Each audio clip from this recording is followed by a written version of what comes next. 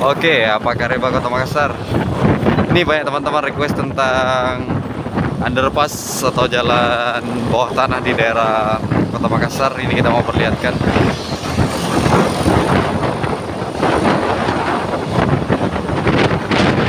Ini kalau sebelah kiri ini tembus langsung Maros juga bisa atau masuk bandara.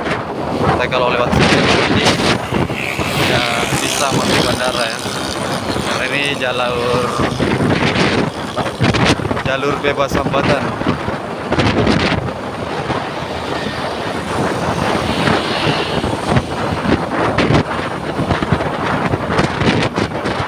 Ini teman-teman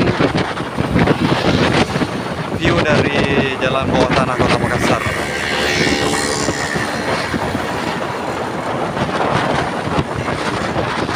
Ini kita mau masuk di bawah terowongan.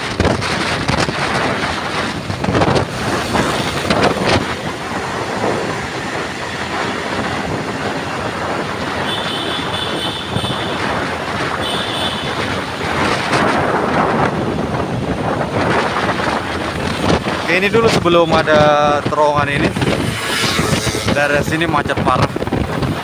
Tapi sekarang udah agak meriah daerah sini. Oke, jangan lupa like, comment, subscribe. Thanks. Next video.